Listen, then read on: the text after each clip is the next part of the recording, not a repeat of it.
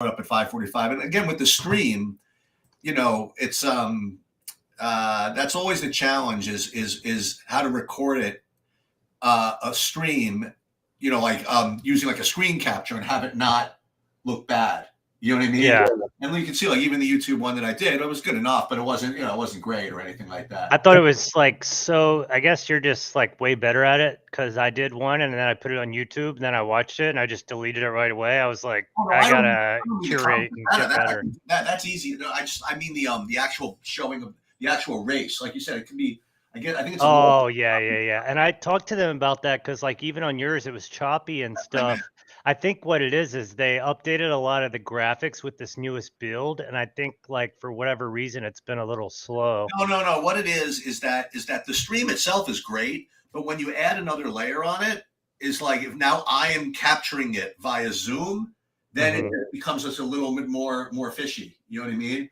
And then if let's say I was going to do a screen capture of my screen, then it's another layer of kind of fishiness. You know what I mean? So I think that's all it is. Now, do they have, by the way, whoever showed up? This one actually, there is some betting going on. It just closed, I think. It's like pennies, though. 117, that was at 117 derbies? That's like $1.50. Well, what's really cool about this is it's like, and we'll talk about this. Listen, I love to generate interest in this. This is like fun. And but the cool thing about it is because it's tied to crypto, like I could tell people it doesn't like that you're racing for like $697,000. You know what I mean? Like it's I wouldn't even know. I think that's why they did the Derby, but I think a lot of it is for the legalities. It's kind of like that poker site. I forgot which one, but you cashed in your PayPal or whatever for these other tokens, and that's the only way it's legal, maybe, because they're in Orlando. But there's also going to be for the PFPs, you get crowned. So when it goes live, you'll be able to stake your PFPs for different tracks and get proceeds on the betting or the race entry fees or whatever. So you'll actually have some type of ownership in the track where you get some like kickbacks or whatever. It's pretty complex, but also I liked your video. I'm going to get my fiance to cut it all up, like where I walked you step by step and just cut all that up and make it into like a 5-minute video. Yeah. Or you could do it again. You know what I mean? Yeah. You could walk someone else through it, and now again, we didn't even know that that's what we were going to do. What's so funny is my fiance has been so she supports me in whatever I love, but she told me that just our conversation gave her a whole different viewpoint on what the hell I've been doing and understand it a lot better. Yeah. So again, we usually go at 6. I want Bobby to come on here because I remember talking to Bobby some when I lived in LA and just briefly. You lived in LA? I lived in LA for 8 years. I coached football in Agora Hills, which I guess we didn't even talk about, for like 4 years of my life. High school kind of inland of Malibu, and then I eventually made it to JUCO. I coached JUCO football. I got to recruit guys from all over the country. And you talk about sheets. I had all these spreadsheets because we were analyzing all this film. I recruited like 30 guys from out of state. It was how about this? It was so fun. So for 5 years, I coached AAU basketball from the time I was 7 till we graduated high school, and I was the only AAU team of that caliber. Whatever, we recorded every game. I did analytics on like all the teams. I did video stuff. I was just freaking stone psycho. Dude, that's how I am. It's like so funny how we have that in common, because even for this, like I'm just trying to build a model. I'm going to ChatGPT to learn how to build a Python code because I have all the data on a spreadsheet. I just have to filter it.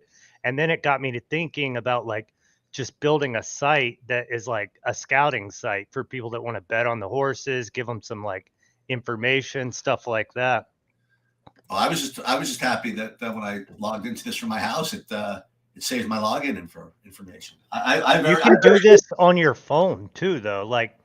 You can just go on your phone, which is way different than a lot of crypto stuff. I can go on my phone. We drove to San Diego yesterday and I'm just entering races on my phone, as soon as my horses are recovered and ready to go. Can you see anything? I mean, is it on your phone? Is the interface okay? Or Yeah, I mean, it's pretty sleek because these guys, they built a mobile game that had like 13 million downloads. So like they've got a lot of experience in the actual gaming. They don't have much experience in the crypto.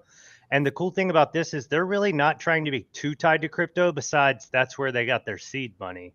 So Oh, like this is like USDC and Derby. So they're really trying to target the actual racing audience, which in my mind, coming from crypto, I'm always like, well, the people that are going to do this are like crypto whales, right? Like the people that got rich and whatever, and just like people like me who kind of discovered it as an NFT investment, right? Basically. right.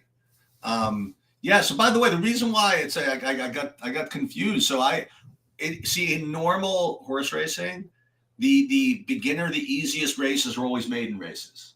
Okay, yeah. And so that's why I got confused. That's why I thought entering the maiden race was the smart idea So the because maidens in this are just for all horses that haven't won a race. right. And Well, so the first few days that they actually released this beta, they had changed a lot of the aging stuff. So horses were aging at different peaks, and we were seeing a lot of the lower grades destroy the higher grades, and everyone was confused, and it looked so different, and people were pissed. And so then they kind of understood, like, all right, we need a more linear aging model. So they kind of changed that just to like get the data. I mean, it's funny because for like 8 months we kind of went through it and all the top horses were just destroying everyone. So they realized like they need more sustainable variants.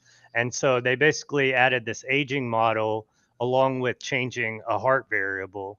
But I think just like based on what you said, I don't know, content creation to me just seems like so scary, but I just like even your video, like the short 3-4 minute video, it's like, oh, I could just make a short video, like, and just make a bunch of short videos. yeah. I mean, and again, I listen. For me, it's just this is my business model right now. Like in life, listen, I have my hedge fund that makes me money, whatever it is, and I Hmm. make money with DFS, but whatever. But my business model is just whatever is interesting and fun. You know what I mean? That's what I want to do. That's why in the DFS, and that's why I love doing the videos and I love doing the live sweats. And I'm trying to figure out, the most fun way to approach this stuff. And I just see that this thing, this the virtual horse racing, I just Yeah. think it's just very well geared towards that, um Yeah. so that's why I like every once in a while I'll throw in and people I don't know, people just like to root and whatever it is. This, for those of you that are just joining us, whatever, like this cost me like nothing to get involved in. Like, like it's like anything. Okay, so there was an old toy, like a minute to learn and a lifetime to master. That was like Mastermind, right? Yeah. So it costs you very little to get involved in this. I can see how someone can get freaking stone psycho into this. That's what happened to me. It's like I had that initial seed investment, and then when we started the beta, I kind of realized like your horse, like I had a bunch of middling horses that weren't exactly like top of the line and ones that I know will race well. And so what I did was kind of consolidate up to where I ended up buying those horses for, what most people would think is like insanity. But like that one male horse, I know that I'll be able to breed it. So like no matter what, I think that that's like, I don't want to ever say that this is investment advice or that this is an investment, but it could end up making money, like obviously NFTs have been very, very risky. It's like a startup business. Like 99% of them are going to go out of business. And even though I'm really thrilled with this and like it, it's still very risky. So let's how many horses do you have? I have 19, and my two biggest ones, my biggest one cost 888 soul, but that was in December, and this So past what's one that, was like $72,000 or like $8? that one was 8,800. So at that time, soul was $10. So this one, But this Johnny Ringo, I got him for I was mistaken. That one that was 800 already ran today. It got second out of 11 okay. beast, and that's where I was trying to create the video earlier I was telling you about. And But Johnny, Johnny Ringo yeah. cost me 70 soul last summer, which And was how much is that? How much was 70 sold last summer? probably, I don't know. If you look up, I'm guessing it was probably like $15. I'm going to go to the soul chart now. So, It's so, it, funny because on so, my thing, I just have everything dated. so it's $15 per soul. Let's see. I think I got him in July or June. Oh, okay. So actually, June of last year was $40. So this horse was $2,800 horse. And right now at the time. And right now we don't know what it's worth. But how much has he made? Oh, so here 17,000. Well, yeah. So here we go. So this $20. is 17,032.8 derbies. Right? Yes. And a derby is how much now? Just divide whatever number you see always by 80 and you'll get the USD, because each USD equals 80 derby. By 80. And so made like $2,000? Correct. Well, no, $20. 20, because we're still in the beta, so everything is so low, entry fees, etc. Okay. And you know, the NFT market's down. The Solana is worth half of what it was then. Like, I just think this is one of the ones that survived, and even these horses have probably, I don't know, like him today, I could probably sell him tomorrow for the same amount of Solana. But I think like most of the Solana's down 50%. Solana's down 50%, right? Correct. So like if you wanted a horse like Johnny Ringo, you could. I mean, I saw a guy snipe a deal maybe 2 weeks ago for like 30 Solana, but on Magic Eden, like there's just not that many listed, and none of the ones. Magic Eden for the. Okay, so let's remind everybody what this is. So yeah, Magic Eden is the NFT marketplace where you can buy and sell, NFTs.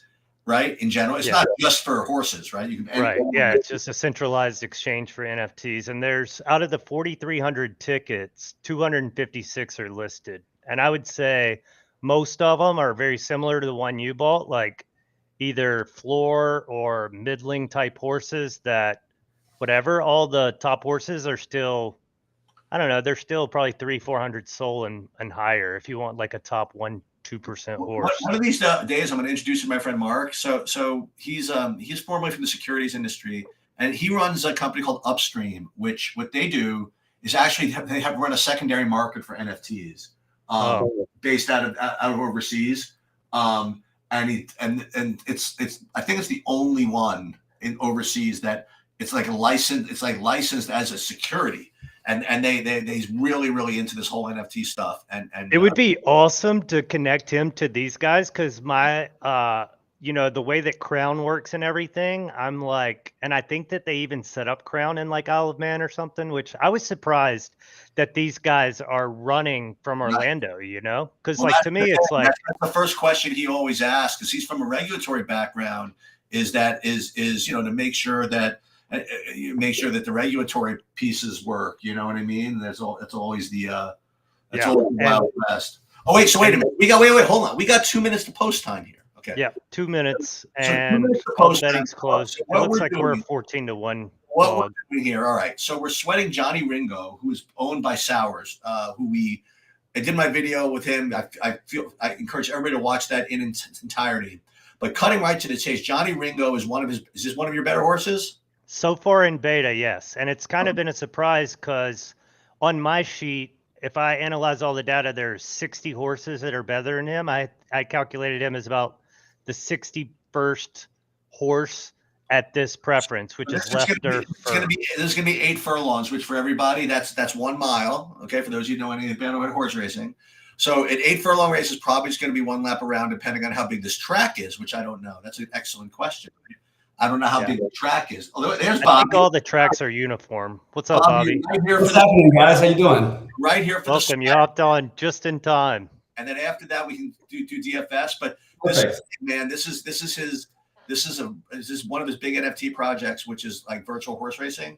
And this horse, Johnny Ringo, who we are sweating right now, it cost it's made 17,032 derbies, which is kind of like NFT. $20 so far in the beta. That's right. Right. A lot less than first in the DFS contest tonight. That's cool though. So here we go. So we're the 2 horse. Yeah, right? I'm addicted to this. It's been so fun. Like there's so many strategies with the breeding and everything. Let's hear you call this race, because I really liked how you did it the other time. So listen, I don't know all the names of the other horses, so I can't really just do the. Oh, it's gonna do the same rendering thing, huh? Do it. All right. So he has the inside, which is always good. Now we're running left to right. We're running just like actually the opposite or whatever. So okay. So I don't know whether he's normally a speed horse or not. But so far, again, this is just like something we notice all the time. He gets off like kind of okay, but he's going to lose ground on the turn. And I just don't like it when they lose ground on the turn. Now, ooh, look at the look, they flipped it a little bit. So he's already like just kind of like losing a little bit of ground to the one. So it'd be nice if he can get over to the rail, which he just did. So he looks like he's in really, really decent shape, actually. So we got Persian Bold, who's kind of like way, way out there. Okay. So now, so they switch, and now I just kind of lost him. I think he's on the rail with the white shirt. Is that right? No, the green shirt. With the green shirt, white lining. So he's like the third from the rail now. He's right over here. Second. Yep, that's him. So he's probably a closer, which, I hope he's a closer because he's got a lot of heart. So one of the things about this game is heart usually matters more in these big races. So like the bigger the race. Here we go. So he's trying to make a move around the turn here, and he's got to get ahead of this guy. So I think we're going to track down this guy that's on the front end. So that's okay. Okay. So we've actually early leaders faded quick. These are better than my horses. My horses are freaking last every freaking race. So here we go. Oh, wait, what happened? These guys are monsters in this thing. I don't know if he's going to win, but maybe he's going to make the money here. He's just make a move. Get in the money. There we go. Johnny, come on. Third, but get the whole third. wall is coming. It doesn't look like he's going to get there. It's going to be really. Oh, he's going to fade. Nope. He's going to fade to fifth, huh? I think now they're going to have to do the replay. Okay, now I'm going to the way these camera swings, but I think he might have faded to fifth. But we're going to have to see. So here we go. We have live results and we have a photo finish. And what's great about it is they put it up right away. Like you don't have to sweat it. You don't have to do whatever. So let's just see what we got. Oh no! Okay, we got fourth. That gets us our money back, I think. What does fourth get you here? Fourth gets you. I can bring it up. They'll pull it up right here, right? Don't they pull up the purse? Yeah. So hold on. And then they put the race up there, right? Here's So the creative director for this he's the guy who created the hit stick for Madden. He's like been the creative director for that. And if you watch Kentucky Derby, this is the actual simulation they use to simulate the Derby, and they'll show it on NBC. Wow, that's wild. So they're going to give the replay before they give the official purse result? Yeah. Okay. All right. So this, again, I encourage everybody to look at the full, video of Sowers where we talk more about this. He actually walks me through how to set up my own account, and not to mention how to buy Solana, which I never knew how to do. And we went over a little bit of his history, with poker and then DFS and stuff, but we only had like 9 hours, so we really couldn't get into all of it. But for those of you here now for DFS, Sowers, I was hoping that he would be able to like be a guest, whatever. You don't even play basketball anymore, right? No, it's just too much time consuming. I know you guys are sitting there all night. You're every single inactive. You got to rerun all your sims, especially if you're entering 150. I was even trying to go to labs, and I realized I don't even have a lab sub right now, which is funny because the player's coming up, but I'll figure that out. But I was just looking at the Kings and Pels. I saw the Zion's out. So listen to you. He just noticed that Zion is out. Yeah, well, I'm a Duke fan, so I have, and being a Duke fan, I haven't watched one Duke game this year. I'm sure they're not doing so hot. It's our first year without Coach K. I don't even know if they beat Carolina this weekend, which if any of my family's watching, like I'm going to get beat up when I go home to North Carolina. So. And you're not going to even play golf this weekend? I mean, I doubt it. I mean, me and my fiance are in San Diego this weekend. So this week, and for business, we got some different stuff going on. So I'll look at it Wednesday. I mean, it's probably tough for me not to throw in at least like 20 lines, especially here. Yeah. So I might just like do like 2 or 3 big lines and then go from there. But so we'll see. But is Halliburton on the Kings or the Pacers? That's really good. I have top shots that I've been trying to sell, but I also don't know where these guys are right now. Yeah. So I guess we can get into it. You can hang around like as long as you want. I'll hang around for a few minutes. Yeah. All right. So welcome everybody. For those of you that didn't know what that was again the virtual horse racing stuff that Sowers kind of does a lot, and Sowers again does a lot of, he's everywhere. I mean, he does a lot of poker. He does a lot of. He's not now. He's trying to get. I think he's trying to get a real job. He's trying to. Oh yeah, my fiance was mad at you because you kept saying I used to be a good poker player. She's like, in the toughest tournament in the world just before the last World Series, you got 4th in the 10K 6 max. I mean, you should have told him that. And I was like, well, I was thinking about that later in the shower. But that's a pretty big freaking sample size, dude. I mean, like, that's right. Hey, it's worse. I could have said you were really good. You're still really good, and that you should like not even do real estate. You should go back into poker full time. It could have been worse. That's true. Really screwed it up for you. Okay, so Bobby, as we suspected, right? Tatum was ruled out. Yeah. So what are you doing? What are you doing tonight, Bobby? So I think it is a little bit worrisome coming off the double overtime yesterday, but I'm actually surprised that Jaylen Brown isn't getting more love. Like it feels like if they were playing anybody else, like Jaylen Brown would be like, look like the ultimate chalk with Tatum out, just like that's what we always do, and that's what it works. But he's not. So I think that's kind of interesting. I think Grant Williams, like as value, I'm going to use some of it on DraftKings. I don't think I'm going to go there on FanDuel, but it's really going to depend on, first of all, I want to see the starting lineup for Detroit, for Indy, because we have no Neesmith in there, which is going to affect like if Noir starts. I think that he's interesting more. Some sites project that he will, some are project that he won't. So you have like a lot of like theoretical value. Well, Killian Hayes is out. Killian Hayes wow, is out. 6 games. You guys have it easy tonight. I just also want to say I used to listen to Bobby every single day before lock when I played basketball. On a different place. We won't mention that place, but I always loved listening to Bobby. I think like you have a very easy to listen to voice while I'm sitting here trying to look at all the shit I'm looking at before lock. So I appreciate that. I'm happy to hear that. I appreciate it. So I got to redo all this. See, this is what we talked about. It's just constant. You need a Python script to automate it. This is why trying to do content and trying to play is like next to impossible. Yeah, that's why I would have never done it. NBA, it's just a whole different thing. There's no other sport that's even remotely close to anything like it. It's like a totally different thing. Yeah, I guess showdown football, but even then you get 90 minutes after the inactive, so you have plenty of time to redo stuff. Yeah, exactly. And then this is just, but it's like it's all about like late swapping. It's the most like in real time kind of a DFS game that there is. It's by far the hardest and by far requires the most skill and attention of any of them. So this is what content is for us, like on during like this time. So what happens is that we come here live at 6:00, and I have all my projections ready to go, and I have builds ready to go, and then it's episode 2, and we start talking about everything.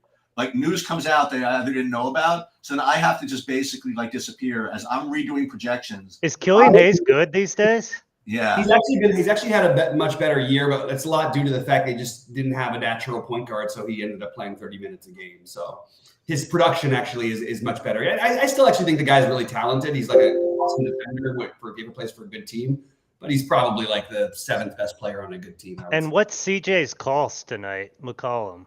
He's what is his price? Yeah, like what's he on DraftKings? He's 81 on DraftKings. 8K, yeah, that's what I was thinking. That's always like, it was always like he was like 70. He always floats between that like very playable and just unplayable price. I don't know about his new scheme and stuff like that, but he's so consistently around 40 fantasy points that it's kind of hard to play him in tournaments. Although this matchup is like premium.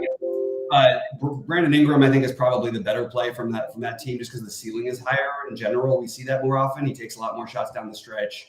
But it's a good matchup for both of them. So you kind of give them both a little bit of a boost. But the guys I'm spending up for, I think that there's a couple things that stood out. I think the Jaylen Brown thing stands out to me is that why is he not 40% owned? Yeah. And the other one that stands out is that I think Jokic is for some reason being way more overlooked than he should be. We talked about that earlier, right, Bobby? It didn't make. Embiid does have a little bit of a better projection, but I mean, these guys' ceilings are so similar.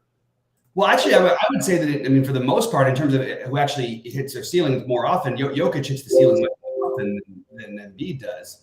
What I'm doing on DraftKings is I'm playing them both together, and on FanDuel, I'm playing neither of them. We talked about that. Were you able to do that on DraftKings after all that? Yeah, because I'm using the speculative value. Like, I don't feel great. Like, look, Alec Burks at 4,100. I want to see if he's starting first, but like all the Detroit stuff feels kind of like icky. But like one of Diallo, Ivy, or Burks basically has to have a huge night. And if not, so do you just chop those up amongst all your lineups, like kind of evenly, or? Well, actually, what I'm going higher on the. I have more like a lot more invested in Ivy and in Diallo than I do in Burks. But Burks is probably, if he's starting, is like the safer, cheaper one, and the other guys you're playing for ceilings. But you can't be mad if like Diallo only plays like 20 minutes because his range is literally like 14 to 28 minutes, and his fantasy output range is 10 to like 60. Like the guy can go. That's perfect. Yeah, just play that guy. That's the kind of guy I actually want to play, and especially because he won't be starting. His projection doesn't look amazing, and I'm just going to check out his ownership, and I'm going to guess it's somewhere in the low double digits. I got like almost 20 on DraftKings.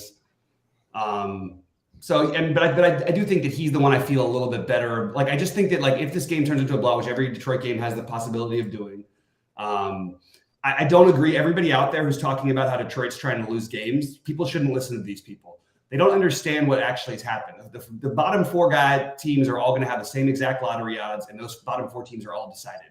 So all of those bottom four teams don't care about winning or losing games. They want to win. They're trying to play to actually win when they're out there. Is actually what I'm trying to say. There's nothing to gain by losing anymore. So. But at the same time, they don't have a whole lot to play for this season. So you kind of worry about guys all kind of evening out their minutes. But obviously, Bagley's a really strong play today. I think that the general outlook is two of these Detroit guys, at least two from Boston, which is weird because it's Cleveland. But you don't necessarily have to play them. Like, I think I'm drafting Grant Williams and Derek White are my two favorites. So what I did was I just redid the projections, assuming these guys out. And as he mentioned, like if you just swipe by point per dollar, there's Grant Williams. Now Alec Burks, as you were mentioning. Alec Burks shows up as like at like 6.7x. And what I do, I don't go over this with you, Mike, but I mean, I developed this kind of a cool thing where I access pretty much like all the projections from the industry. And then what I did was I back tested all of them for like accuracy.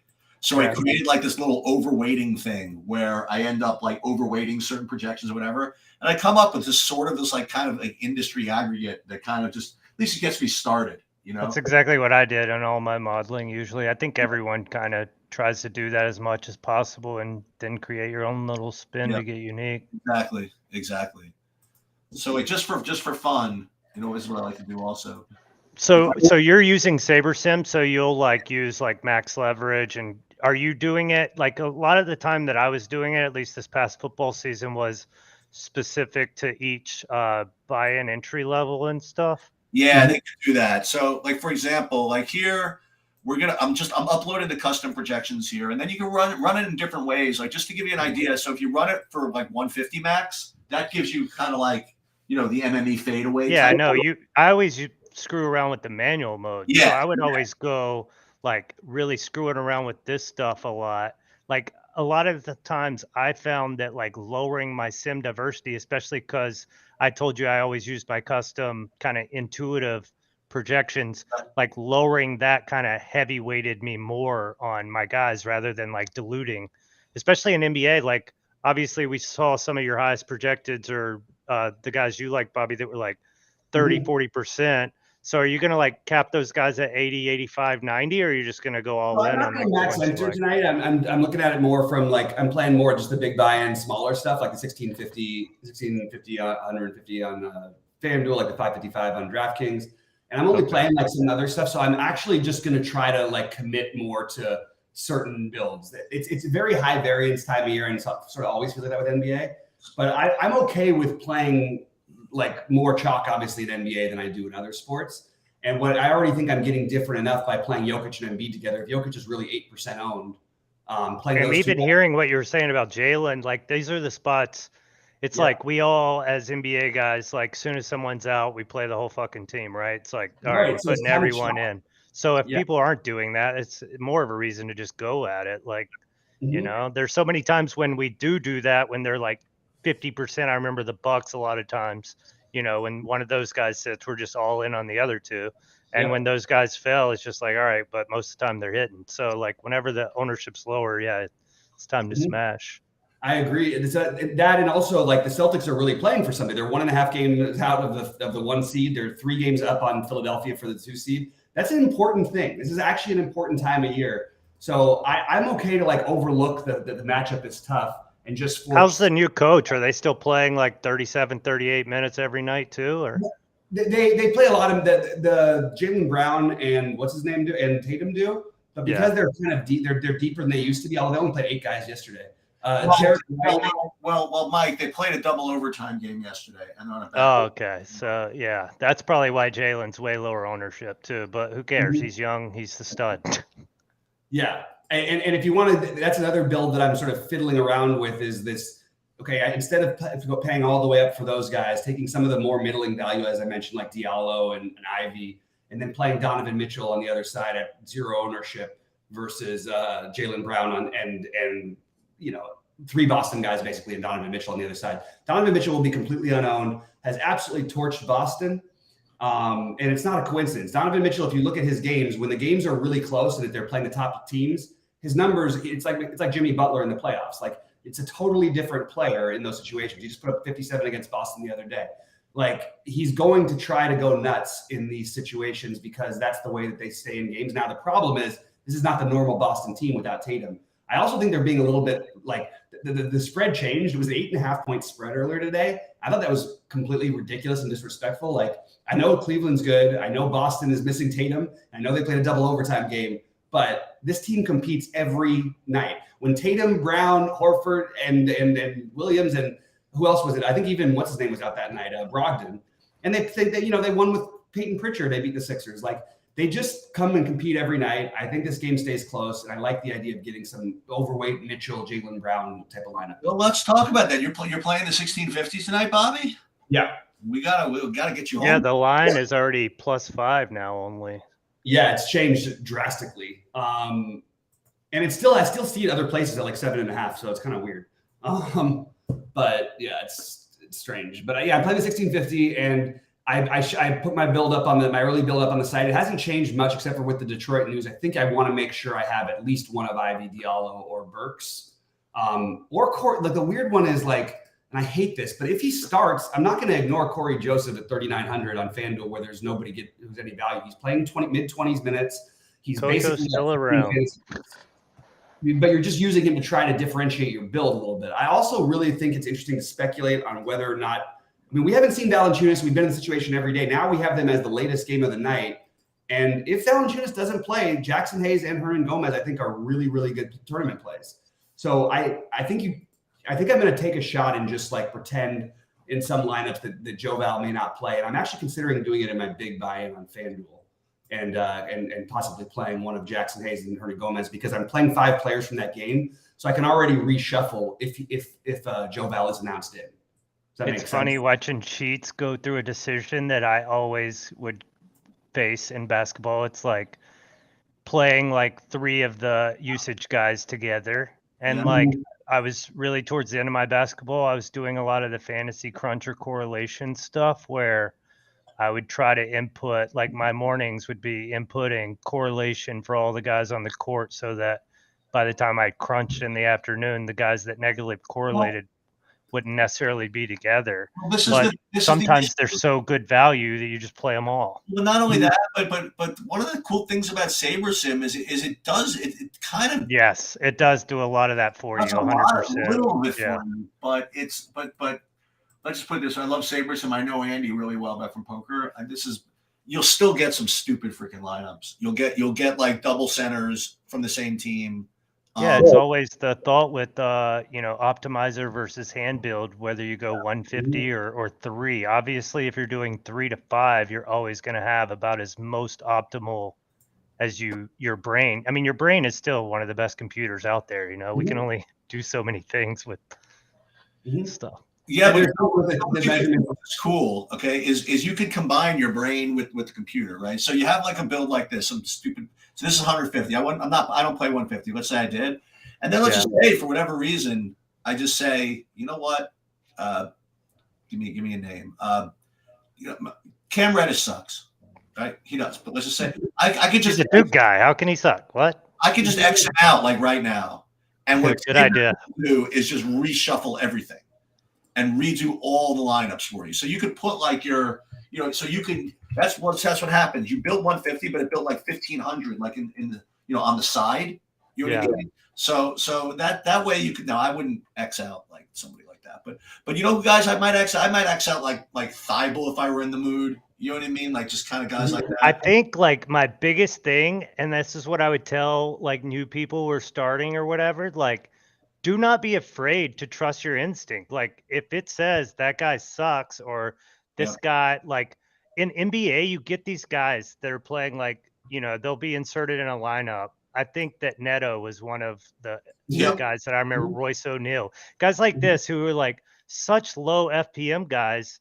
Like, sure, they're great value, but they're not going to be on the winner. I mean, if they are, it's pretty unlikely. And especially when those guys are getting traction 20, 30%, just say, screw it. I'm not playing that guy. Like, you guys have fun, Yeah. Yeah. I'm totally into that way of thinking as well. Oh, like Bobby's like the master of that. He's like, listen, there's some guys where it's like, I don't care what they are point per dollar, and maybe they'll get there with 6X, but I don't need it. You know what I mean? Like, I just don't need it. Yeah. I mean, if they do, cool. Yeah, it's not, and it's like the guys who there's not all the value tonight. Like any of them, I feel okay playing and fading because I don't feel like any of it is that great, and I feel like all of it is all. I mean, I'm talking about the really low value, like the 4,500 and less. But I also feel like every part of it, every one of it is like viable enough. I feel like I could really, make an argument either way. We don't have anything that stands out as like, oh, you absolutely have to play this person. I just don't feel that way. So when that happens, yes, if I was max entering, I would be well underweight on Grant Williams now at Burks because I'm not playing that many lineups. I'm fine with eating a little Grant Williams chop because I'm already getting different with my build. And even it being a 6-game slate, obviously it's a lot easier. It's a good day for me to be on here with you guys because it's not like totally batshit. But the ownerships you were spitting out earlier, if I'm looking at a 10-game, I'm like, yeah, I mean, but 6-game, like 20% value guy, that has the upside that you were talking about. I forget the guy with the high variance in minutes. The high variance in minutes and the 6 men were always like my favorite go-tos. Like same here. The funny part is like we last week when I won a tournament, it was the first build I made that day, and I actually posted it on. It was like a first build. I never wanted to change it, so I ended up winning 555. Well, that's good. A lot of times you end up changing it, which sucks. No, usually I do, but this was like, and I was like, I can't be different enough, so I'm probably going to have to chop even if I win this thing. But of course, it did end up chopping because it was basically they ended up being the nuts, which was taking one low-owned play in Jimmy Butler, and sometimes that's all you need to do. And then tonight for me, after Jokic, Halliburton, Mitchell if he plays. So people just think they can't afford Jokic. Is that what the deal is? They're playing Embiid over him because the projections like him better, but it's kind of over under or what? Just in general, that they like the.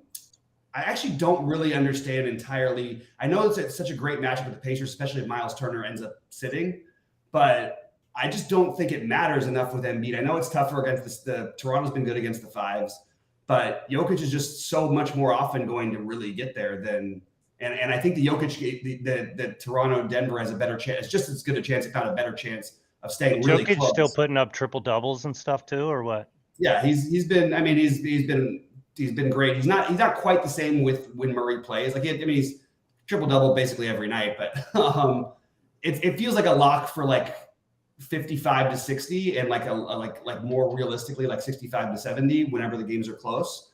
And then obviously there's a ceiling on that if he has a really big game. But I just am just drawn to the fact that people aren't playing him. He really hasn't. He's had like one game that was really like actually two kind of down games, but I don't know. I think that there's too much being made about the Embiid thing. I think people are giving Embiid a boost also because like people think Tobias might sit tonight, which I don't think really affects Embiid all that much, to be honest with you. Yeah. The thing that hurts Embiid is with Harden and Maxey, and then you're going to throw in D'Anthony Melton into some lineups. If all three of those guys are starting, it actually would make me lose interest in Embiid a little bit because the team Embiid, they play one of the slowest paces in the NBA when Embiid plays. They play at one of the fastest paces with Embiid and when Melton and Maxey are on the court. So it's not like the ideal situation for Embiid when they're playing like that. These are all the things that I loved listening to you. I mean, you guys are almost getting me wanting to play NBA, but it's not going to happen. But I just always loved all that information from you, like I think that a lot of times what we end up doing and, all of our projection systems has so many variables dependent on the other players on the court, usage, stuff like that. But sometimes it can go too far. And if ownership is always going to follow that, then it's always okay to just sway. Like at the end of the day, ownership is just the end all be all. I'll tell you, man. I'll tell you what Bobby is really just really good at is that he'll play like a lineup that's like he does it more with baseball, but like he'll take a team that's like really chalky and somehow play it in a way that's just not owned. It's like people will be playing like all like the 1 through 5s of like that's a good example. Like 2 catchers, he'll play the other catcher that doesn't fit in the exact line or whatever. You know what I mean? Like and then sometimes when there's like a chalky like game in Colorado, some people like will just fade the whole game, but Bob will just say, you know what, I'll just take pieces of it. You know what I mean? I'll just take like 1 of them or 2 of them and I'll stack something else. And I go back to like when I first learned how to play, Bobby taught me how to play DFS, right? Going all the way back. And I was like I listened to him all the time when he was on RG or whatever. And same comment you had. It's like really, really good explaining stuff. And when we first started, I would go over who I liked. He says, oh yeah, that looks good. And he would tell me who he's playing. And at the beginning I was like, well, why? I mean, you feel comfortable like literally like telling me who you're playing? He said, no, it's fine. It doesn't make a difference. And it didn't really make a difference because I played the same guys and like I would lose and he would win. I'm like, what the hell? Well, you sound like my friends now. Right?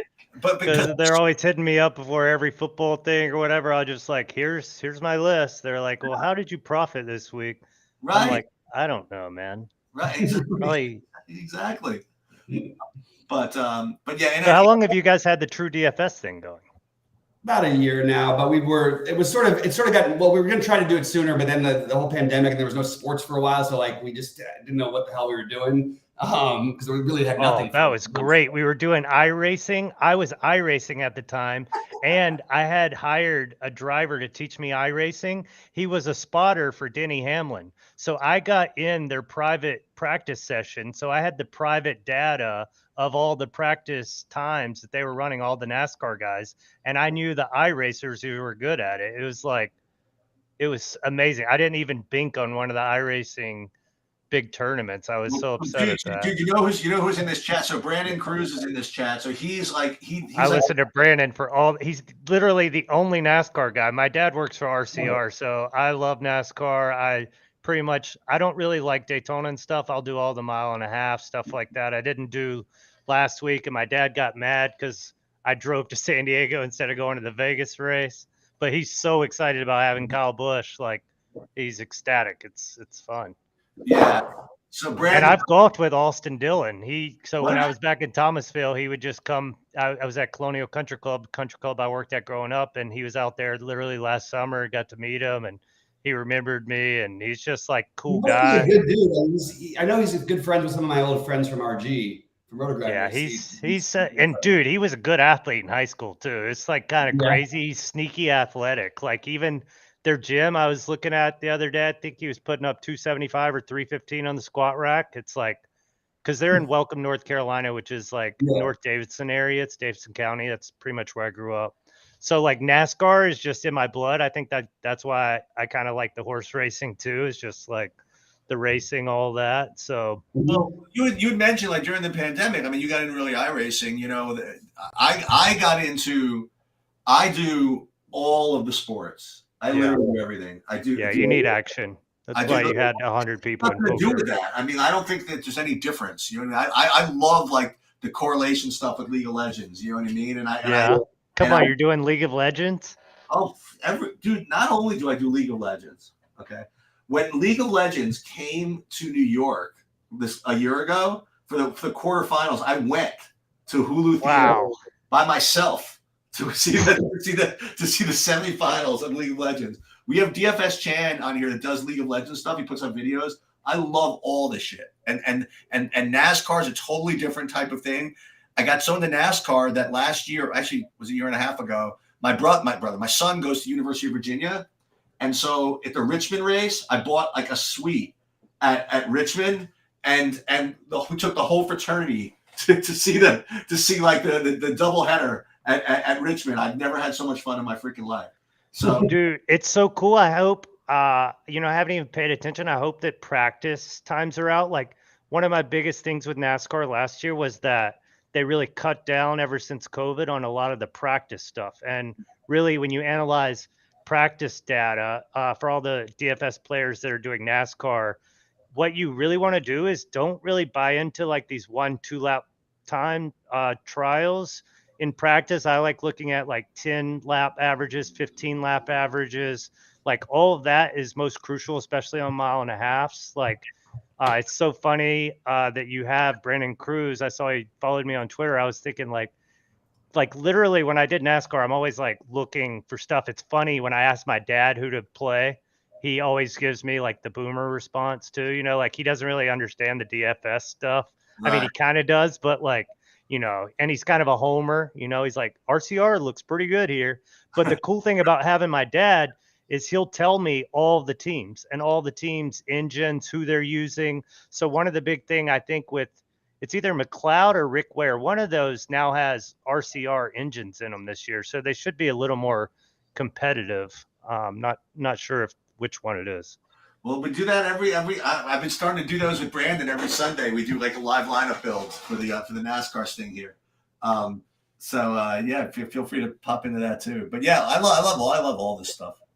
Golf, we both got into kind of at the same time, me and Bobby. Bobby did a little bit, and then we both got really, really heavy into it.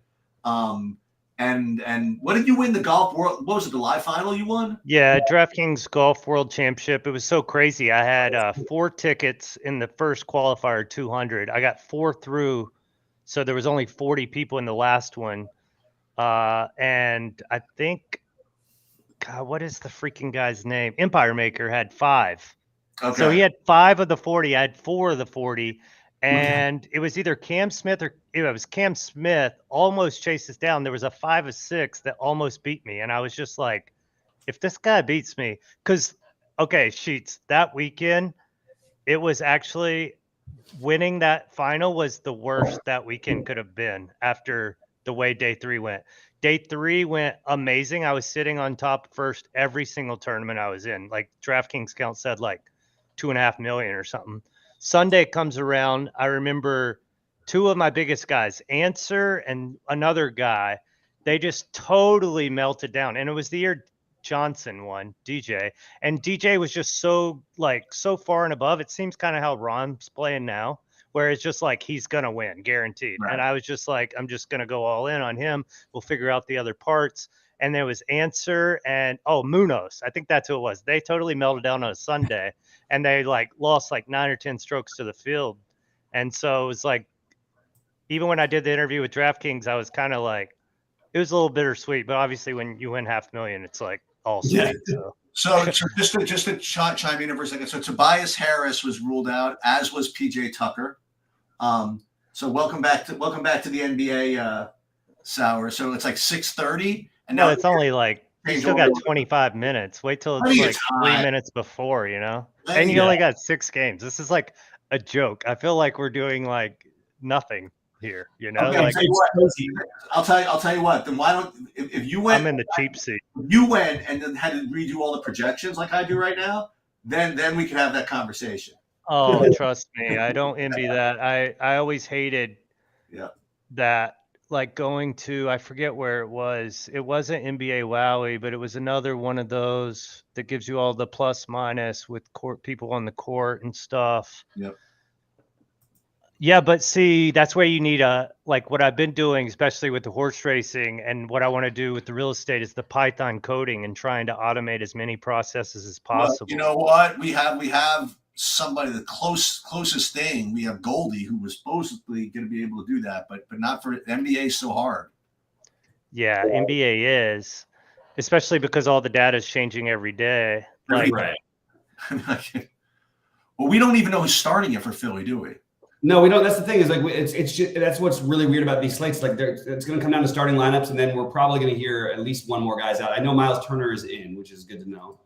Well, this just means Embiid ownership's going to go up, and it's going to make Jokic even a better play, probably. I think that's right. I actually think Embiid's ownership will probably stay. I think if Turner was out, people would have played even more. So the Sixers are starting Harden, Maxey, Melton, McDaniels, Embiid. Did they officially start McDaniels? Well, I don't know. Zane is saying they will start them. Does that mean they are starting them? I haven't seen the official thing. I've got yeah, it is official. McDaniels is starting. Okay. So I think McDaniels is kind of interesting. I'd like to see the projections rerun a little bit because this is sort of an unusual group. We haven't seen this particular Philly lineup ever out there. And I do think McDaniels is kind of an interesting tournament play. What's his price? 3,900. Is he going to be that guy that comes in, plays like 20 minutes total? Probably. Like in the starting lineup, but he could play like up to 24, 26 on a good day. They went out and got him at the trade deadline. There's a chance he could end up playing 30 plus minutes. If he plays 30 minutes, you're going to feel horrible not having him probably. Yeah. But D'Anthony Melton also should move into the starting lineup again, or move back into the starting lineup, which it's a wild ride with him because it's hard for him to get usage. He's a high usage guy with the second unit, but like he can't get usage when you're playing with Maxey, Harden, and Embiid. So I probably I'm going to play some Melton, but I'm just curious where the projections are going to have him at, and he's going to stand out even more on FanDuel because he's 4,600 over there. But I just shifted around my builds a little bit to make a little more sense on FanDuel because I have a lot of placeholder guys. But what's FanDuel's first place tonight? It's 100K they're still getting hundreds, seconds 25 or whatever. For the 1,600 buy-in, yeah. Like usually for they'll do like a 333 or 555 for like 10 to 20K. And then like 3 times a week they have like 100K for 555s or 777s, that kind of thing. Yeah, that was my last time playing NBA. They gave me 3 tickets on opening night. We were in Scottsdale for a bachelor party, so I just stacked we were there to watch Doncic play Booker. I just put Doncic Booker and ran whatever labs gave me because obviously we're at I remember the next night was Saints Cardinals, and I was winning like 100K on DK with like 5 minutes to go. Obviously, we all just huge roll at the game, and that guy Juwan Johnson just tore our hearts out. Yeah, he called 2 touchdowns and showdown. So, are you guys doing hockey too? You are doing a cross show? I do hockey. Sheets does the hockey stuff. I have 7 TVs in my man cave. How many TVs do you need for all of this, especially once baseball season starts? I don't really sweat it though, until you wait. If you have a sweat, then you'll watch. Towards the end, you know what I mean? Like if I'll sweat a little bit, and like hockey, I'll get on ESPN Plus actually, which is good enough, you know. And like I said, I usually, the good thing is I usually don't give full sweat attention until later when everybody's asleep, and by the time everybody's asleep, that's when it matters anyway. So it doesn't matter. You're such a good family man. See, if I was doing all this, I would be like, babe, give me 3 more hours. Are you kidding? Was it last year when I was on my way to basketball practice, and I was DJ hold out from 50 freaking from Don't even get me started. That day you stole $1 million. Well, you didn't steal it from me, but that shot cost me $1 million that day. So Dustin Johnson hold out for 110 yards, and I had this one lineup that was one lineup that was 6 for 6, right? Out of 150. And it was kind of hanging around. It was 400th, 500th. And I DJ at 1% ownership, and he made 4 birdies in a row. And next thing you know, I moved up to 30th or something like that. I'm like, huh. And Bobby was in first the whole time pretty much, right? And so I'm moving up, and the next thing you know, I have to go to basketball practice. I stare at my screen, and something happened, and I didn't actually see it, but somebody told me that for a moment I was actually in first for $1 million. And I was between first, second, and third, and I think Paul Casey effed me at the end. But I'm sitting there, and Stacey, my wife was like, "You going to practice?" Yeah, I'm just going to practice, right? Whatever it is. Everyone's humming up my phone, whatever it is. Well, dude, I got practice, man. What can I tell you? And then I showed one of the coaches like I won 100,000. You're just sitting there like, and you just like show me 100,000 like that. I'm like, well, what am I going to do about it? You know what I mean? Like, I had to get the practice, right, dude? If I was at practice, I wouldn't have freaking come. I would have sat there and freaking sweat the whole time. You know? Yeah. So Kojo's starting now for the Pistons. Corey Joseph is starting. That's like, I think that's like a play that I might make a little bit of. I don't feel great about it though. I just think like all of this value is, I mean, you're talking about Corey Joseph value, Blake Griffin value. Like, this is going to up Jokic's ownership though. That's Mike Muscala's value. Well, now you're going to be able to afford both, right? Yeah, Embiid and Jokic if you want it. But I don't like, this is really weird value because I don't feel like strongly about any of it. I feel like there's some of these guys are going to have to get there, but like we haven't seen these exact like lineups by these teams before. Philly's never had this exact lineup. Boston's is a little more predictable, but they sometimes play Griffin like 10 minutes. Sometimes they play him like 30 when he starts. I think he might play more tonight, but I think maybe Hauser's a better play than he is. Are the Pacers really good, or are the Sixers on a back-to-back or something? How are the Pacers favored? Pacers aren't favored. No, they're like a 7-point dog. Oh, yeah, the difference was -1. All right, so they just gained a point for Harris being out. Oh, that's what you're looking at? Okay. Yeah. I would bump down Burks, bump up if I for my thing from this. I like Diallo better as a leader of the second unit than I do Burks anyway. So that's probably what I'm going to end up doing. Yeah, that sounds sick. Like, even, I don't know, I haven't even been doing anything. As soon as you said Diallo and you told me about him, I'm like, yeah, that's the guy, I think. That makes some sense, right? That is Sauer's call for tonight. Diallo is bringing home the money, guys. I don't know anything about it. Haven't looked at any models. Listen to me. The only thing I will tell you for sure is that if you play like a lineup tonight, it's like a lock to come in first. I mean, like literally a stone lock. Just come right off the streets, asking me, "Oh, I hear Zion's out." You know, he had been like 6 years, and he's like, "Yeah, Zion's out. Oh, let's go." What's CJ? That's true, but all the DraftKings lineups, they're already probably filled anyway. Is he still in Portland? You know what I mean? Like you're gonna put a lineup in. It's like me and my buddy have a Halliburton legendary blah blah blah on Top Shot or whatever. I'm just like, sell that shit. He's like, this guy is so good. Blah blah blah. He is really good. I like Halliburton a lot. I'm trying to figure out what I'm going to do here. I keep running into a funny spot, which is going to make me play the one play I promised I wasn't going to. Well, then exit so you don't get knocked into it, because stick to the. They keep ending up with exact Matisse Thybulle price, and I can't. Yeah, get rid of them. Like, trust your instincts. This is my thing, man. Range that I can play. There's not one. I mean, there's guys who are more expensive than him, but it throws off my whole build. It's very, very strange. Ugh, this is gross. Griffin and Muscala starting together. Griffin. Saying? Yeah. Griffin and Muscala are starting. Grant Williams is not, which is going to kill his projection, but I don't like him any less. I played Jalen. I just want to see where McDaniels ends up popping after the like 22 or something. Hold on. Blake Griffin is on the Celtics. That's correct. It's I don't feel good about this. I really don't like my lineups tonight.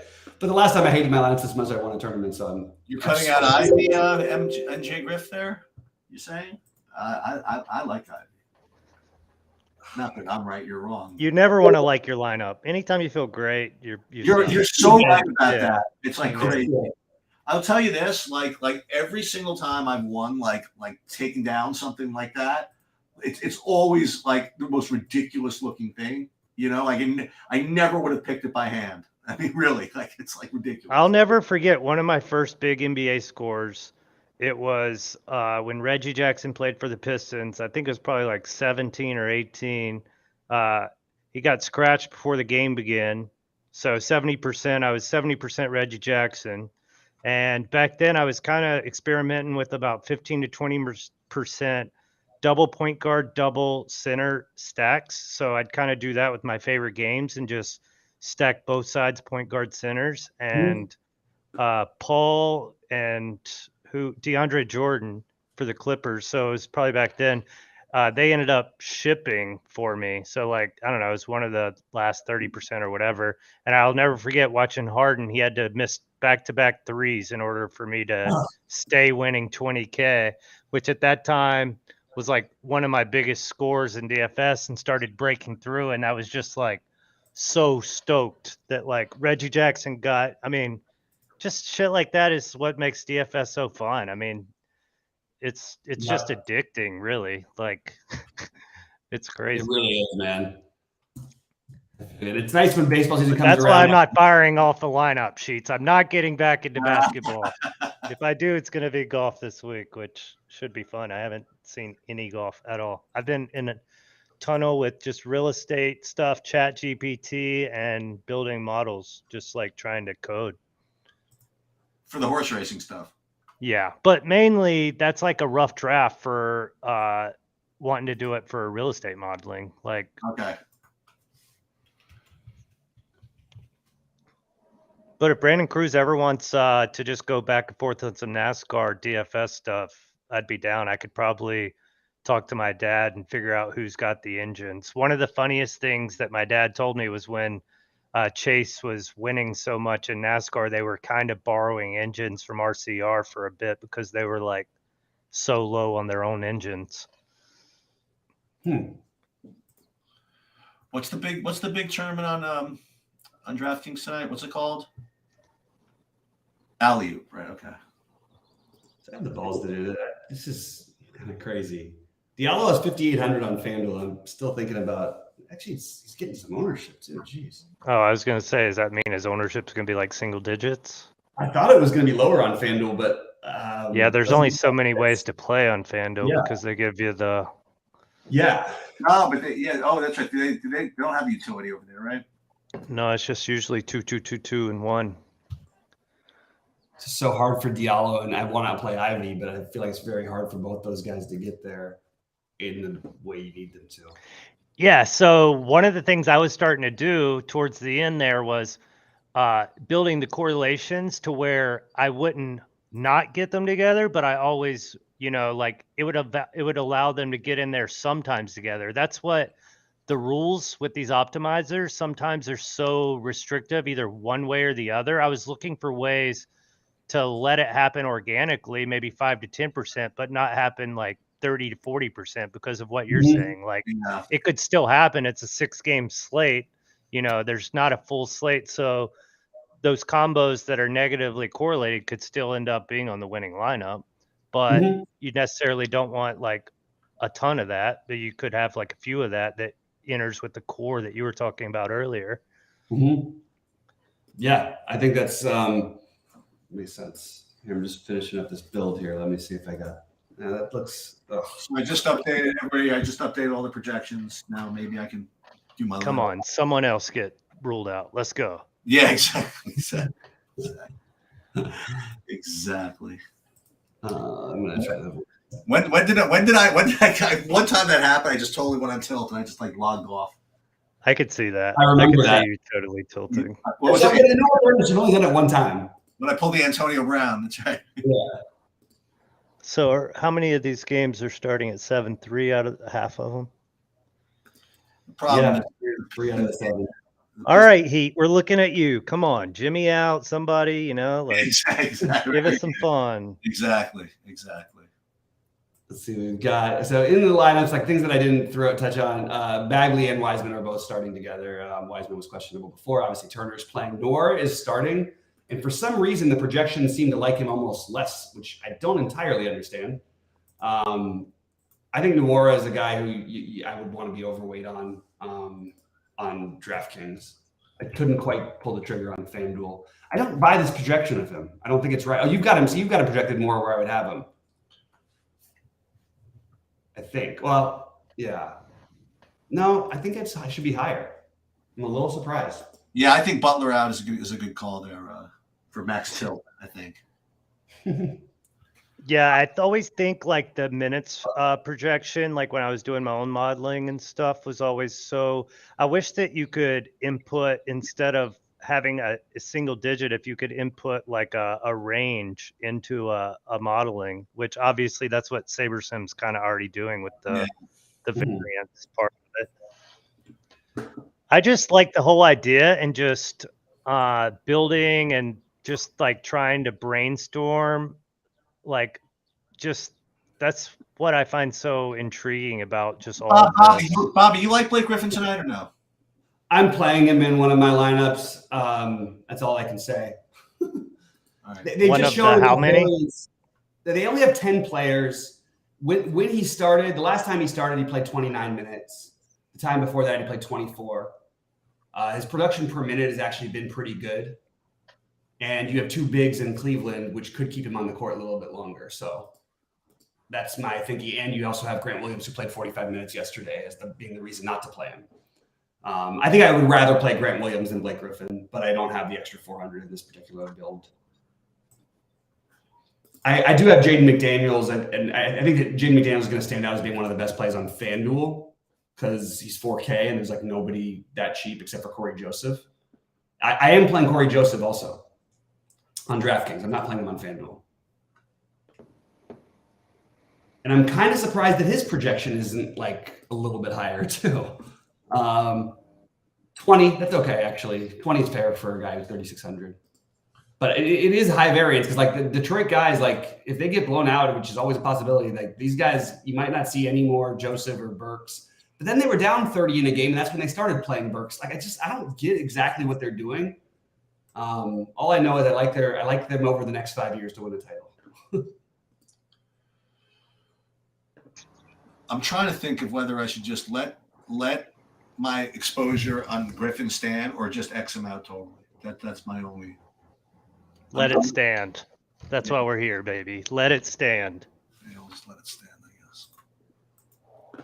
I really like Derek White, in case I didn't talk about it enough earlier. Like, I think that Brogdon has played at least 25% less in all of the back-to-backs that he's played, and he usually sits on back-to-backs. I think at Jason Tatum, and they didn't play that long game, and they're not competing or whatever, Brogdon would be just out. I do expect him to play less minutes than usual, which I think is a bump for both. He's the third highest usage guy behind Tatum and Brown, so it's a huge bump for Derek White to me. Before we disappear, and I don't know if Mike's going to come back or whatever, but for those of you that are listening, one thing that Mike mentioned that I've talked about a lot, and this is like kind of like advanced kind of SaberSim stuff, but I think it's really important to stress this. Something that he said that when you're using SaberSim and you have kind of an opinion, either intuitively or that let's say you trust your projections, what you should do is manually just reduce the amount of sim diversity in there. And I do that quite a bit when I feel particularly confident in my numbers that I will manually go in there. I usually don't screw around with the sliders, but when you do have an opinion like that, I think it's a good idea to do that. And I was glad to hear. And I haven't talked about that in a while. I'm glad. I think it just makes sense from like math-wise. So like, let's say a guy's 30% and we have that variance on max. You're probably still only going to get 30, 40% of them in your lineups. Whereas if you have a big stand, lowering that, get double on him, Yeah. Like take stands is just always generally how you win shit. You don't. Like you're already like some of my friends think that you have to hedge out to win or that you can cover all the bases. You can't. You got to pick the guys you like and go to war with them. Yeah. Absolutely. Burks. Let's do Burks. Old man. And Daniels. Okay. I like this one. When it's 654 on FanDuel and you're doing your swaps here, and then you still see you have like 30% Tobias Harris because you forgot to change it. So now you got to make sure it really gets in there on time. But the best is the pit in your stomach when you look back at your last CSV and realize that you did have 25% of the inactive guy. Right. Let's see. By the way, the Heat are 2.5-point favorites against a team that notoriously goes out and parties on the road too much. And they're in Miami, and they had a night off in Miami. So I think if you want to make a straight bet, I didn't put on my. I know I did put on my earlier bets, but I think the Heat -2.5 is like an incredible bet here. On the walking zombie heat, baby.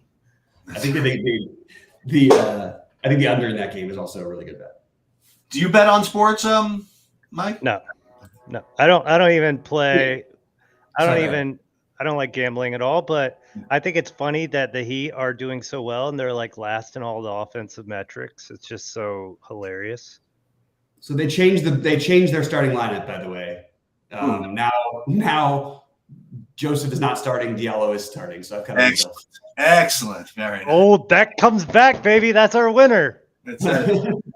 They were like, all right, Sowers called Diallo. Wait a second. Let's put him in the starting lineup. Here, give him 32 minutes tonight. Exactly. How can I do this still? Yuck. All right, I guess Maxi's going by the wayside.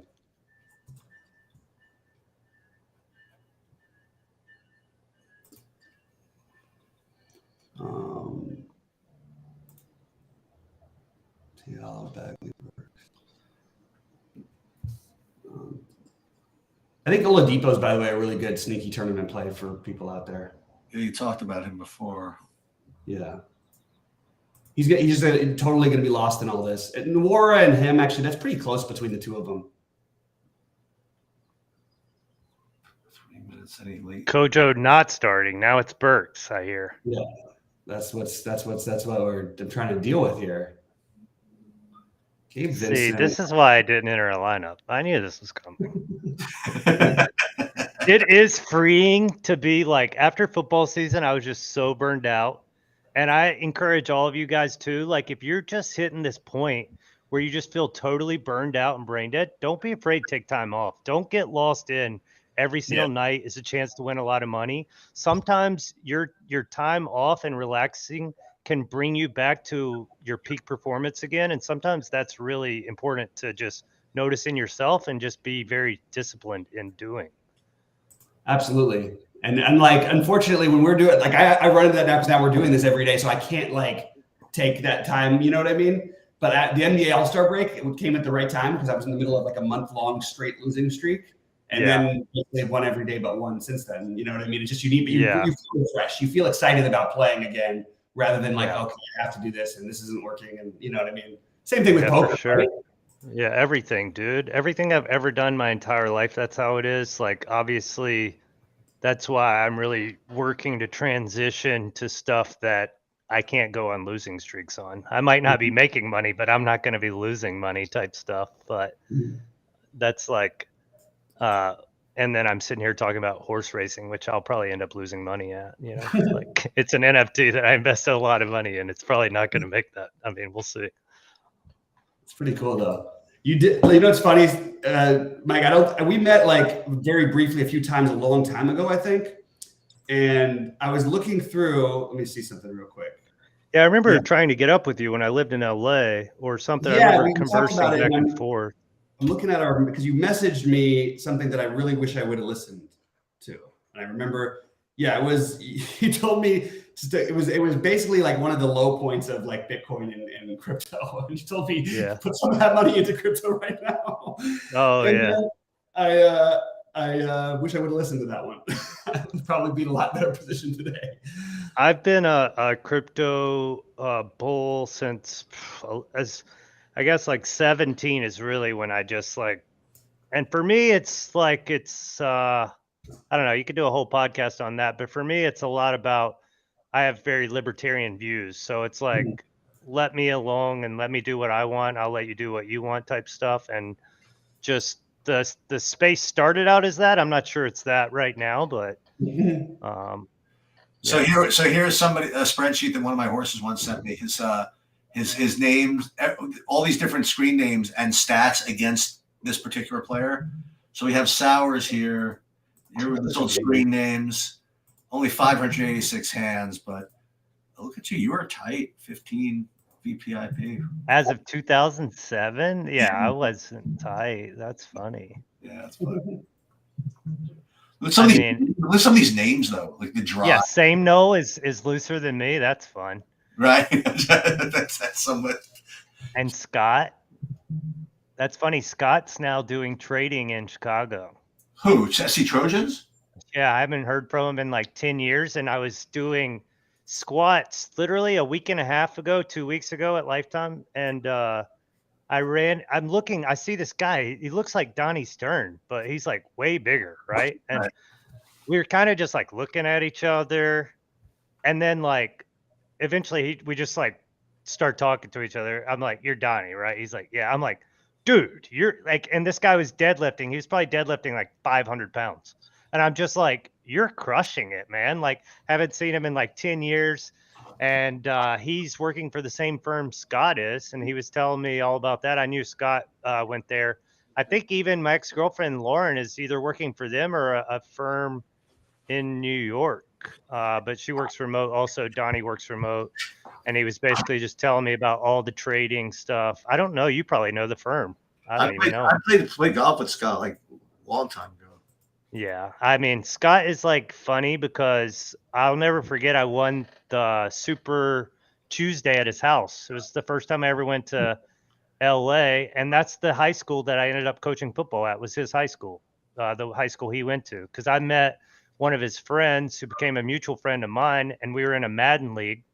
And we were just playing Madden, and he was telling me about his coaching. And that's when like me and Lauren were going through a breakup early in my poker career.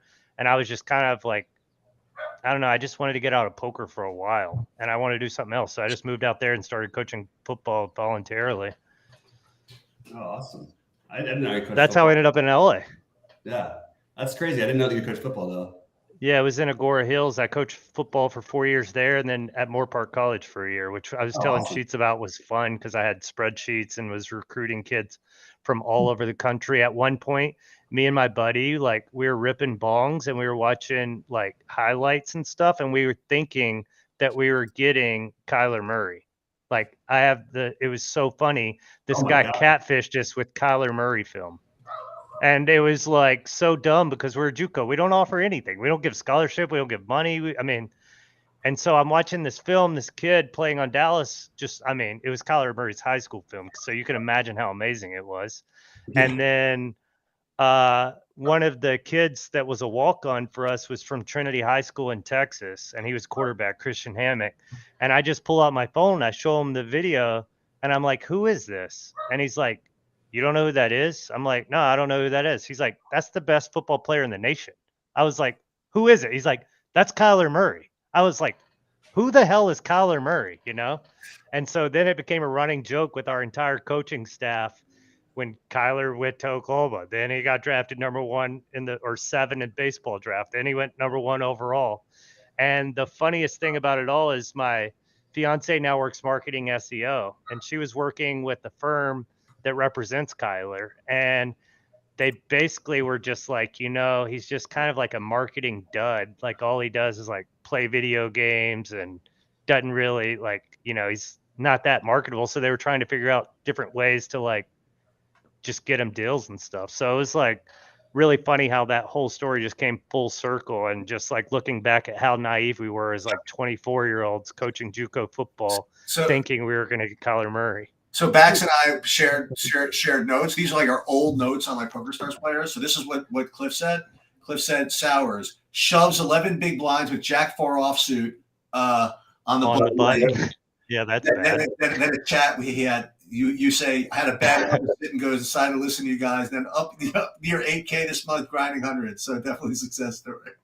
I loved I think, like I told you on the podcast, you guys, I just loved all your videos. And I even had dinner with Blair the other night, Eric Blair. You remember him? Oh my God. Blizzair. He's like one of my best friends. So what is he, like 8? He was always like my biggest investor. So he would like with the golf and stuff, especially because he's huge into golf. So I would just we would bounce ideas off on like who we liked and kind of do that. And then I would build the lineups. And he was basically like, he went back and watched a Poker X Factor video from a long time ago. And he was just like, it was kind of saying the same stuff that me and you were talking about, like how bad we all were. And just like, at that time we were the best in the world, but Yeah. Best compared to what? Exactly. Well, that's what I enjoy though, is getting involved in something that's new where everyone's intuitive. There's nothing solved yet, like poker, even DFS to a point. Like basketball, I feel like is the most solved. So Blake is only 13%. How many did you end up leaving him in? I had like 37% of them. Yeah, he's gonna crush. We'll see. Bagley, 66%. Yeah, that is what a Duke player should be right there. You didn't X Reddish? I did not. Is he playing like 35 minutes out in Portland or what? I'll let you know. I'll let you know in a little while. 37 last game. Is Cam Reddish Duke also? I played Cam Reddish too. Let me see your lineup. This is just one of the fadeaways. This is. Oh, okay. It wasn't the. Yeah. He went to Duke. I thought he was really raw. I don't know. Like, I feel like he's probably a guy who is going to be like if he's out in Portland and well, I guess Lillard's there, but he's probably going to take a ton of shots, right? Yeah, he's getting more shots. He's probably not efficient though, I would say. He's been so incredibly inefficient, and he's been statistically one of the 2 worst players to have in terms of adjusted plus minus of any player in the NBA over the last 3 years each year. How about RJ? Is he like trending up? Is he getting better? He was, then he's faded back this year. Coming out of college, I thought he looked the most like Harden out of anyone that I'd ever seen. Like I thought like he had like that just smoothness to his game. I didn't know.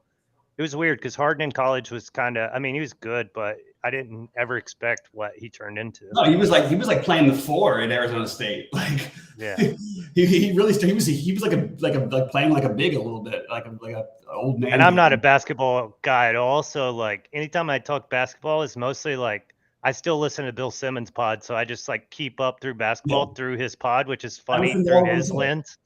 Yeah, so I love that stuff. Is there any chance that Ricky Rubio does well today? I mean, it was weird. Like he was projecting well early on. I mean, it's not impossible. Well, I have been the 555. He's 0.5% on, so hopefully he does something. Hey, that's kind of interesting. I'm playing a guy who's going to be unowned because everybody's looking at the other value. I'm playing Gabe Vincent in my 555. There you go. That's always a weird feeling when you see 0.5%. At first, you're like, God, I'm stupid, but what do I see that other people don't see? You think he's out sometimes, it's like. Especially in a 555, you're like, am I the fish? Like what's going on? On those little 2 or 3 game slates, like if you can get any player who's going to play like 20 minutes at that ownership, you just always take it. Like it doesn't even matter who it is. You just blindly take it because if you just happen to get there, you just crush it. Mike Muscala is 36% in the 555. Yeah. Well, I wonder what Grant Williams is actually. Bagley is 77% in the 555. What has Bagley been? Is he like priced as a reserve and now he's starting, or what? No, he just so Detroit like picked, and they were kind of splitting minutes between he and Wiseman, but they started both of them in the last game. Bagley's put up like 38, 46, and 48 3 out of the last 4 games. And he's like barely played with the other one.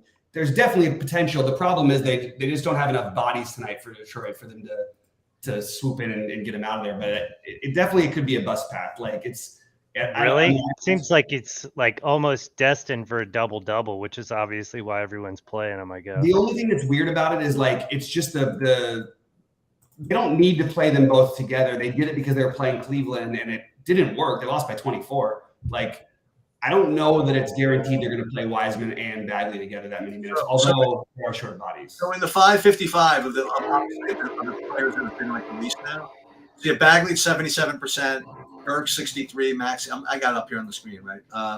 Lillard 40, Muscala, Ivy. D'Anthony Melton only 12. I thought he might be a little higher. So really, Wiseman is kind of like a really great leverage play tonight, probably. I would agree with that.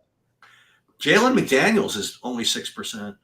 That's why I wished I had infinite sheets money back in the day, where I could just like do all this crazy game theory stuff, like just really leverage the shit out of this Bagley stuff. If you knew that, it's like, well, if Bagley doesn't play a lot, then Wiseman is going to play, and that seems like one of his only path to failures. Yeah. Miles Turner was literally, I like looking at these things, literally 0.5%. I mean, like, I'm not that he's like a great player or anything like that, but how can anybody be like, that's like starting like that, be 0.5? On a 6-game slate. Yeah. I know, it's really weird. I mean, like, Donovan Mitchell is like 1%. Excuse me, Tyrese Halliburton, 2.5. Yeah. Well, this is what happens whenever you get like 77% Bagley, right? Like, I have 25% of every one of those guys, by the way. Look at all these Indiana guys. I mean, all of them. By the way, people might want to take a look. This is a different. So they released a different starting lineup. So frustrating. Miami, Martin was supposed to start. Now Struss is starting. I honestly don't know what I'm going to do with this. Because on FanDuel, there's nothing else like. There's not like another pivot off of Caleb Martin's price. When does that start? What, the 7:30? Oh, plenty of time. Plenty of time. I'm just trying to figure out what I can actually do here. Now, this is what usually happens, Mike, is that like you get set on like that you like Caleb Martin or something like that, and then you have like 40% of him, and then like they announce he's not starting, then you convince yourself that it doesn't matter, that the ownership will make up for it. Oh yeah, anyway. So, it's called implicit bias. I do it all the time. It's just called losing what it is. Yeah. He's playing 30 minutes. I think I'm going to leave him in there. Johnny did get 4th in that race, by the way. I was just putting it into my spreadsheet. Nice. And so, how much did you make? How much you cash for? 2,300, which is like $2. No, it's like $25. Let's go. Oh my god, I'm gonna play Matisse. No, I can't play Matisse Thybulle. I can't. I don't have a pivot. No. I don't have a pivot. Saying you can't afford it. Oh, this is so frustrating.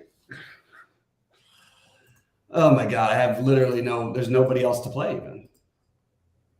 You know, the funniest thing that I loved about NBA is like Roto Grinders, obviously like looking at the rankings all the time and stuff, is like the NBA top 10 is just, it's not like the other sports. It's just so spread out. It's never the same people, you know, because it would be the brothers, it would be Osmo or whatever, like football, all these other sports, but NBA, I don't know. It's just. What do you mean? I just feel like the edge is a lot smaller because the models are so good. Right. Oh, for sure. I actually think the NBA has the most edge because there's so much that people can't even catch up with models. Most of the decisions you're making are in between games where people don't even have time to update projections sometimes. Yeah, I mean, that's like the key to NBA, you know, like the key is commitment, you know, it's you're there for the night, you know, and that's why I think it can be so fun, you know, until you get burned out at times or whatever, because it's constant action, like, and you constantly have to be sitting there at your computer. I'll never forget fading Kobe on his last day. It was like, that was the biggest mistake I ever made in my entire life. Not going to the game and then fading him also. That was crazy. I think Siege was a big gotta play him, blah, blah, that night. I definitely said that. I remember saying on air that day that if you don't play him, you should just quit playing DFS. Yeah, I probably listened to you and probably were like, Bobby's an idiot on this one. That's what's so fun is like when you're going through it, like there's so many times where I probably like, and this is probably my fear in creating content and stuff, is like, I'm like, this guy is just a total idiot, you know? It's like, I've said that about you so many times, Bobby, you know? And it's like, over like the entirety of it, I love you. I love your input. I love like your takes. I love like the background of it. There's so many stuff that I do love, but then you get in your head, you're just like, nah, you know, like that's a really bad take, you know, like whatever. And I think that's like, it's so vulnerable doing what you're doing, you know, you're almost naked in a way for people to just criticize openly, especially all the anonymous keyboard jockeys. How do you deal with that? Like, what's like? Well, I mean, I think it's just like you trust what you're doing, and you know that you're a successful player and you're a winning player, and that I just say what I'm doing all the time. I don't know. I guess that like everybody likes these other guys, and it's just never been the kind I liked. But I hated what they did at RG, where everybody recommended literally everyone every night. And like shilling, you mean? You say like 40 guys, they'll take 40 guys and say, oh, he's a lock tonight. Oh, he's a lock tonight. I'm like, how can you have fucking 40 guys being a lock? It just drives me crazy. So I just always try to say my perception. I know I rub people the wrong way sometimes, but it doesn't really bother me. I just like to try to, I don't know, I think that my way works, and I say it, and that's why I like doing it with Sheets. We have such different approaches that it's kind of fun to, to have two totally different ways of building and going through playing DFS. And so what do you think is going to separate you guys? Like, where are you guys going to like carve out market share where people should tune into you instead of tuning into the other guys, So we're not max entry guys who continually contend and win six figures and that kind of thing, which is, I think, appealing to a market of people who are not, not everything is based on max entry and total percentages. I also would tell you that right now, just personally, especially when it comes to basketball, I don't think anyone who does any show for Roto Grinders is a better DFS. Who does any of the regular daily shows is a better DFS player than Sheets or IR. The guys who used to play, absolutely. I wouldn't say that about all of them. The Run Pure guys, those guys are actually. I think the Run Pure guys are pretty fucking good. Like they're the guys. I mean, I have a different beat with them, but I think that they're really good. I've always said that they're really good DFS players, especially Hoop. But I don't feel like the cast of people they have at RG right now is top notch because everybody left either to do their own thing or just went to Run Pure. Yeah. So we're also offering like different things. We're doing things more. We're going to start doing some ground table coaching sessions, which is what I used to do a lot with RG. Like I would $150 an hour, like do a coaching session for somebody. We want to try to attack it more that way. But the truth is we're selling at the same price that SaberSim is selling their packages. Basically, we're selling ours in addition to SaberSim for the same value. So I think, whether you like me or Sheets or not, you're paying the same. You're saying you get this information for the same exact you would do. Yeah, and you can just take mine and Sheets and Rody. We have another guy who's working with us, and Goldie, who does his projections. And we also have we're the only people who aggregate industry projections, which Goldie does. It's harder to do for NBA because it's too up to the minute. But it's literally the aggregate. We are the aggregate site for every other sport, for golf, for NFL, all that stuff. That was always the toughest thing, was trying to wait on people to update their projections. For me, as like a multi-entry guy or whatever, especially like when a guy was out, a lot of times I would just keep refreshing because I wanted to just see what minutes. Mainly for me, it was like trying to get the minutes, right? Like I had some models where Adam Share kind of helped me develop like just minutes and stuff like that, but I was still just relying on like all the main sites for minutes. And like when these late scratches happen, trying to get those sites to kind of update as soon as possible was always like my frustration. Yeah, it's a huge one, especially for basketball. For me, I feel you on that one. I struggle with it every day. Sort of why I got away from max entering things. It just got to be kind of more complicated, and I felt like I was just sort of diluting. I don't feel like it was my strongest way of playing for basketball. I love playing like the full, like I'll max enter every Christmas Day slate because I can shift and change things, after every game. But the regular, to do it every day, it's so hard to track everything and then figure everything. And I realize I'm not really getting my takes as much because I'm thinking all too much in terms of percentages. But what I always do is I like to run a script at the beginning of the day and just put like, of the 20 guys I like, what percentage I'd want of them, whether I'm just playing one lineup or 50 lineups or whatever. I just think it's a good way to get a feel for the slate and then to try not to back down from that as much as possible as news comes in. Yeah.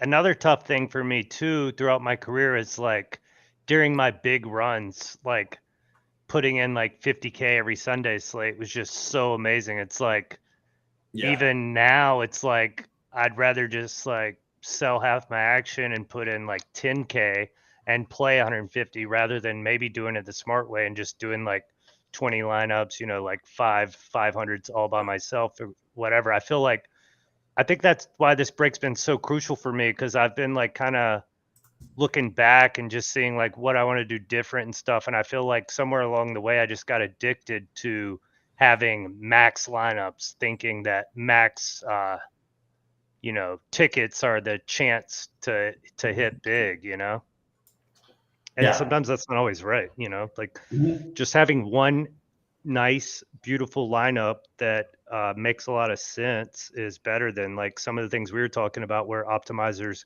can just make That's like one of the worst feelings is when you do have 150 and you're kind of going back through and like maybe you're sharing some sweats or whatever, and then you look at this lineup and you're just like, this is just a terrible lineup. Like I would hate to even put my name on this lineup, like it just doesn't make sense, or whatever. Like even in Showdown that happens a lot because I really enjoy Showdown.